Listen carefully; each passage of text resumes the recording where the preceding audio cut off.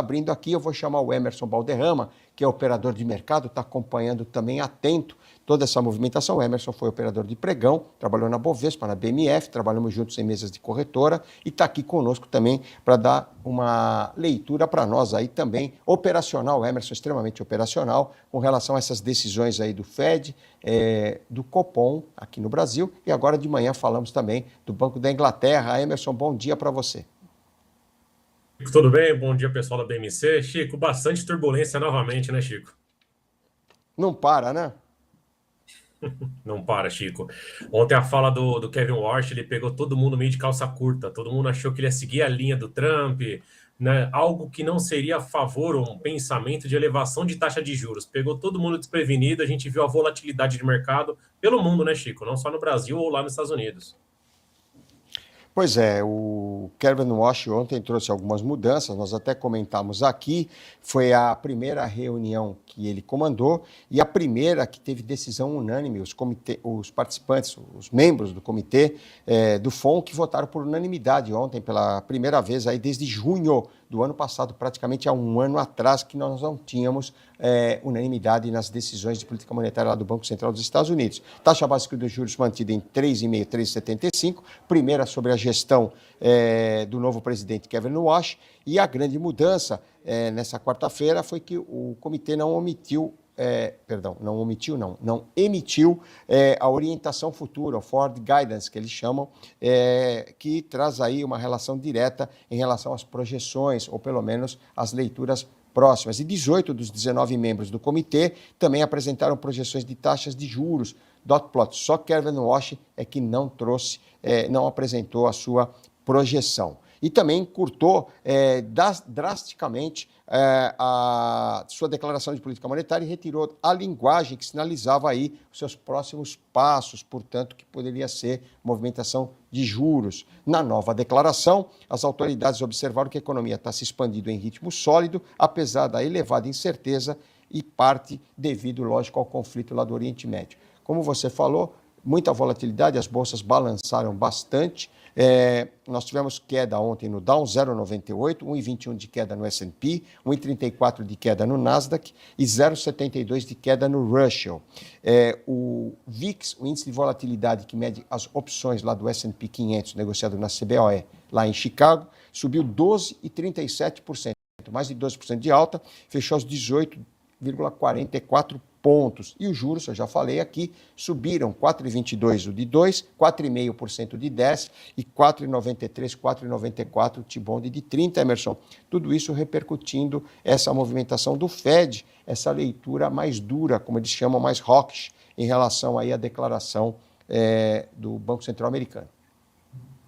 Chico, essa parte da não unanimidade que estava acontecendo era Stephen Miron, que ele estava jogando totalmente contra Jerome Powell, então por isso que o mercado lá, os dirigentes não batiam a mesma tecla, não batiam o mesmo bombo. Sobre tudo isso que aconteceu, o que o Kevin Warsh deixou muito claro é que assim, a inflação deles é alta, acima de 2%, porém já tem bastante tempo. Então, assim, em aspas, ele deixou subentendido que isso já acontece, não vai ser agora que eu vou sair mexendo tudo. Primeiro eu vou entender como é que estar à frente do comando. Então, essa parte da inflação que chamou a atenção, Chico, foi essa pontuação dos dirigentes de possível alta futura nesse ano. Então, o mercado pensou, né, reavaliou essa rota, que o mercado inteiro estava esperando corte de juros nessa troca de cadeira. E aí eu estava lendo até um relatório do Goldman Sachs falando que se a inflação persistir, ficar acima de 2% por um período maior, aí sim, até setembro, o Fed deve fazer essa elevação. Vamos ver como o mercado vai reagir a tudo isso.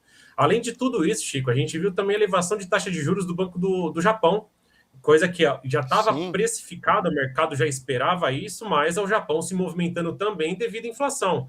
A gente está vendo as outras praças, né, outros bancos centrais mantendo taxa de juros e o Brasil indo na contramão, que nem a gente falou a última vez. O Brasil cortou 0,25, 0,25, Chico, não é grande movimentação. A gente entende que quando acontece corte ou elevação de Selic, isso reflete nos próximos 6 meses. Então, a gente está falando de mais 6 meses em dezembro. Dezembro que a gente vai sentir esse corte de Selic. E isso é para tentar trazer o povo, tentar trazer a massa para o ano eleitoral. Isso é normal, isso acontece a cada 4 anos. Vamos ver como é que a ata da reunião do Copom vai ser na próxima semana. Por que eles cortaram e quais são os próximos passos referente a isso? Pois é, e eu ia falar isso, comentei aqui com o Everton antes, Queria perguntar para você também, eu fiz até um relato em relação à movimentação dos últimos grandes bancos centrais. Nós tivemos aí o Canadá mantendo juros, depois nós tivemos o Banco Central Europeu elevando os juros. No início da semana, nós tivemos o Japão subindo juros, o iene voltou a subir acima de 160 unidades de ien por dólar. Nós tivemos o Banco Central da Austrália mantendo juros, depois nós tivemos o Fed mantendo juros, hoje nós tivemos a Inglaterra mantendo juros, Suíça mantendo juros, o Chile manteve juros na terça-feira e Taiwan também, a sua autoridade monetária, também manteve juros. O único que cortou de toda essa relação que nós falamos foi exatamente o nosso Banco Central, e havia sim uma parte, lógico, que esperava esse corte, mas de qualquer forma havia também uma outra parte, ainda que menor, que esperava, apostava numa manutenção aqui dos nossos juros, apesar do impacto, claro, do juro o juro alto na nossa economia, mas por conta do mercado de trabalho resiliente. Os números recentes de inflação também mais fortes, também havia sim essa decisão. E, claro, com esse corte, Emerson, ele se ajusta um pouquinho na contramão de todos os outros bancos centrais que mantiveram ou elevaram os juros, mas isso poderá ser, sim, impactado aqui no nosso mercado a partir da sessão de hoje, ou pelo menos um ajuste, lembrando que amanhã tem o exercício de opções sobre ações na Bolsa. Sim, Chico, e tudo isso, Chico, corrobora para ano eleitoral, Chico. Ano eleitoral, você conhece, eu conheço, todo mundo conhece que tem esse tipo de manobra, tem corte de juros, né? E aí a gente começa a ver outras manobras eleitorais, mas não é falando mal ou a favor do governo, nada disso. A cada 4 anos acontece isso. Então a gente viu a parte da taxação das blusinhas também indo e voltando, essa escala 6x1 também coloca urgência, tira urgência. Então tudo isso está acontecendo. O corte de juros em si é uma forma de tentar atrair o pessoal para tentar diminuir, né? Tentar fazer o pessoal tomar crédito. Está muito caro tomar crédito, Chico. Onde você passa, você vê diversas placas de comércio com aluga. Isso é complicado, você não vê expansão do comércio, né? A indústria também acaba sendo apertada por causa disso. Então, isso acontece, infelizmente, é feito a cada 4 anos. Esse corte, ao meu ver, é mais uma parte de atração de massa. Não seria nada assim que realmente a economia do Brasil merece esse corte. Seria mais preventivo uma manutenção agora e no próximo mês, né? Realmente aconteceu o acordo durante os Estados Unidos e o Irã, algo que pegou todo mundo também desprevenido, que esse acordo foi eletrônico ontem e amanhã vai ter a formalização da cerimônia lá na Suíça. Eu acho que seria mais prudente segurar o corte para esse mês, numa próxima reunião, aí sim acontecer, porque vai se aproximar mais dos 60 dias. Esses 60 dias agora, Chico, depois dessa assinatura, né, que vai acontecer amanhã, que deve acontecer amanhã, é muito delicado, vai falar sobre temas muito sensíveis, entre eles o programa nuclear iraniano. Se por algum motivo eles não chegarem a um acordo, esquece essa trégua de 60 dias. O Trump, essa semana, estava falando que esse acordo vai ser bom, os Estados Unidos está ganhando, e no meio da conversa ele falou, se o Irã não assinar, eu volto a atacar. Então, é muito sensível isso para mexer com taxa de juros no momento. Seria mais prudente manter a taxa de juros assim como os outros bancos centrais, por mais que a nossa taxa de juros seja muito elevada, né? A gente perde praticamente só para a Turquia, mas também a inflação na Turquia é um absurdo, mas seria mais prudente seguir por essa linha. O Emerson, olha só, os juros aqui, 14,30 nesse momento, o janeiro 27, ele está praticamente alinhado, está praticamente net com a atual taxa, o Selic. O comitê ontem cortou lá 1/4, 0,25 ponto percentual, de 14,5 para 14,25. Então você veja que hoje a taxa Selic, 14,25, ela está praticamente alinhada aqui, está net com o janeiro 27. Tem muito tempo, ainda temos 6 meses aí, tem um cenário político, cenário eleitoral, tem também os problemas das preocupações com o fiscal, mas veja que a partir do janeiro 28 até o janeiro 37, que é o vértice mais longo com liquidez aqui na curva, todos eles com fortes altas, inclusive a parte longa da curva impactando bastante aí, com quase 2% de alta no janeiro 37, 1,7, 1,8 no 33, 35, ou seja, do 28 até o 37 os juros sobem, os juros andam, e o 27, que é lógico mais próximo ao primeiro vencimento aí em relação ao final desse ano, a virada do ano que vem, ele está praticamente no mesmo preço, ajustado aí à atual taxa básica de juros, embora nós tenhamos ainda esse período longo em relação às movimentações dos mercados e, lógico, esse mercado de juro também.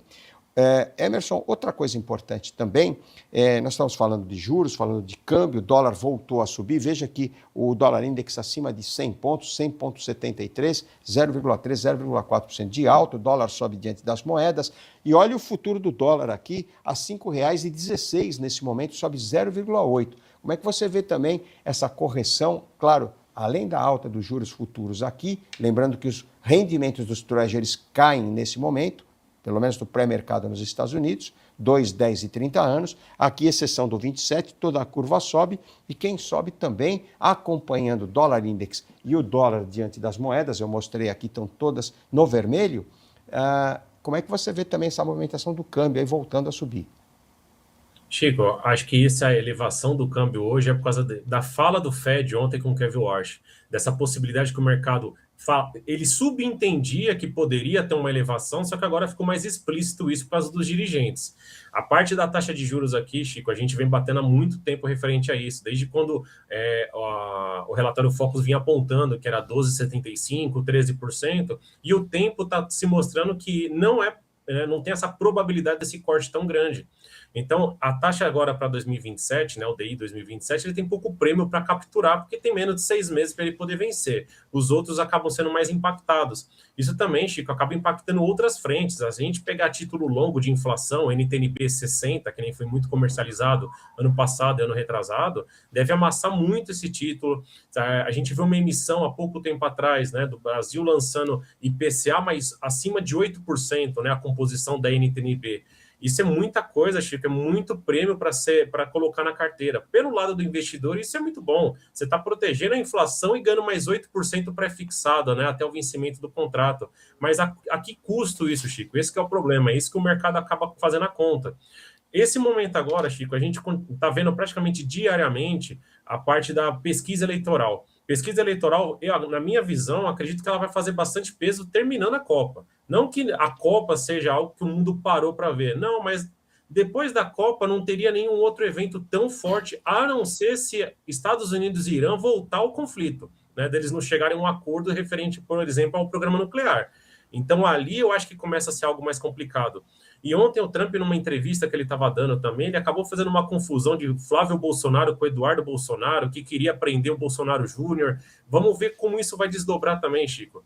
A gente viu uma situação bem delicada no G7, mais ou menos o Trump não cumprimentando direito Lula. Isso é prejudicial para o nosso país. E vamos ver, tomara que eles cheguem a um entendimento, a uma conversa melhor.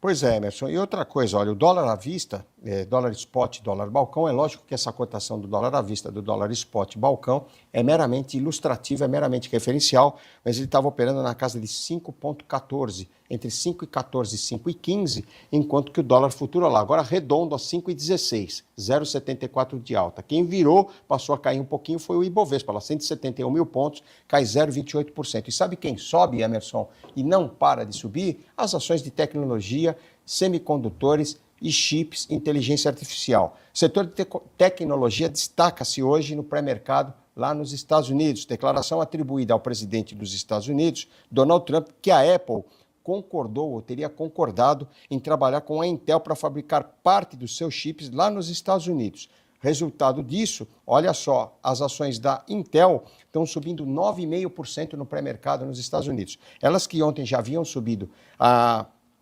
$121,10, 3,46% de alta, voltaram a subir hoje 9,5% redondo agora a $132,68, Emerson.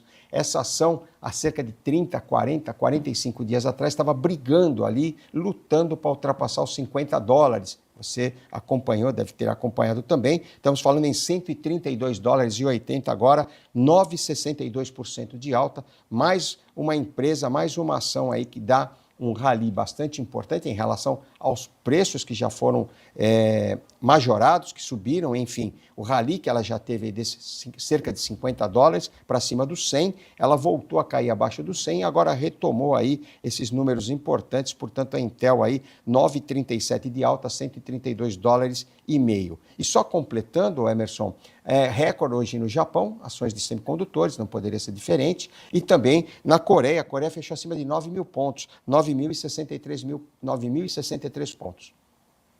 Chico, a potência, essa parte de inteligência artificial, né? Tudo que está falando de inteligência artificial está evoluindo, mas na mesma linha, né? Uma linha muito tênue disso dá desconfiança. O quando que isso vai virar retorno, quando que o Exatamente. investidor colocando seu dinheiro vai voltar para ele. Então, essa alta é expressiva, sim, mas daqui a pouco, pode ser numa próxima semana ou nas próximas semanas, vem a desconfiança.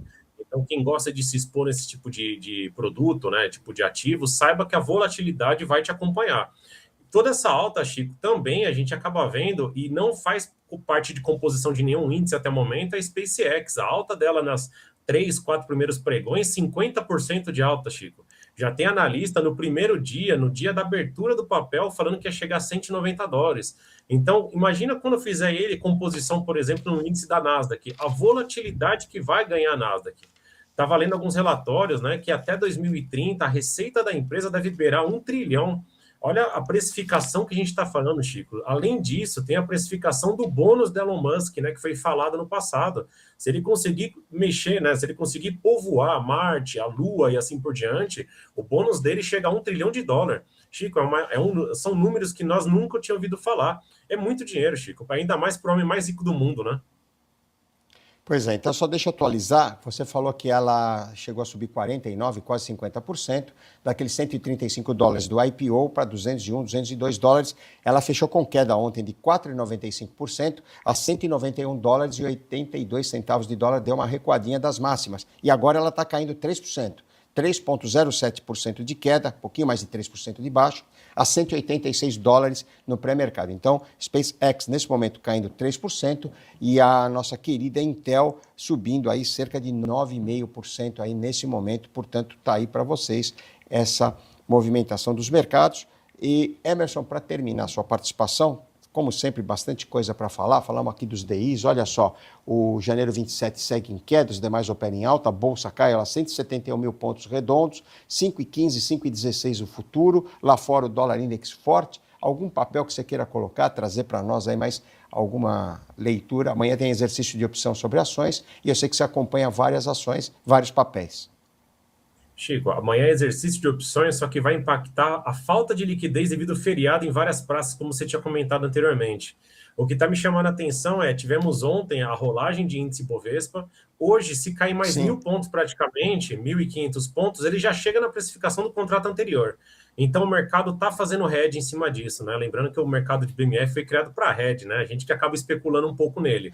Chico, acompanhando a parte de ações, a gente está vendo, pelo menos o que eu tenho acompanhado de blue chip, eles estão mais contidos nessas volatilidades todas, e a segunda linha volta até aquela volatilidade forte, né? Então a gente vê, por exemplo, Cosan, CSN, Uzi Minas, que fazem parte de composição da primeira linha, mas não são aqueles carro-chefes, eles têm uma grande volatilidade até por notícias dentro da empresa. A gente vê papel da Vamos, Rap Vida, são papéis com bastante volatilidade. O que vem me chamando a atenção novamente é Bitcoin. Bitcoin, ele tenta dar respiros, né? Chegou já próximo a $64 mil, mas os $60 mil foi um ponto bem decisivo para ele, foi ele que teve o suporte. E a precificação dos metais, Chico. Se a gente pegar a parte de ouro, prata, a volatilidade está muito forte em cima deles, então o mercado está tentando, ora, entrar pelo dólar, né, para se proteger ou, né, investir o seu dinheiro, mas também eles estão um pouco mais céticos nos metais. Acredito eu que assim que o mercado começar a entender um pouco melhor essa parte desse plano Estados Unidos e Irã, os metais devem voltar a se valorizar também, porque aí tira a pressão em cima de uma possível elevação de taxa de juros lá fora. Seria nessa linha, meu amigo. Emerson, muito obrigado pela gentileza, a participação, sempre muito bem-vindo aqui. E, claro, no sua despedida, seu destaque final, o seu contato, e como sempre eu falo aqui, todo final de entrevista, eu sei que é repetitivo, é um pouquinho claro, mas é que o assunto é sempre muito bom, teríamos ainda coisas importantes para falar contigo, principalmente de pregão, da parte operacional, mas daqui a pouquinho termina o nosso pré-market, sempre rápido. Seu contato, obrigado pela gentileza, Emerson, sempre, e a participação aí. Eu que agradeço, Chico. Obrigado pelo convite, obrigado pessoal da BMC. Para me encontrar nas plataformas das redes sociais, 3 minutos com o Emerson Valderrama. Obrigado, meu amigo, se cuida. Obrigado, Emerson, sempre aqui conosco. O pré-market continua.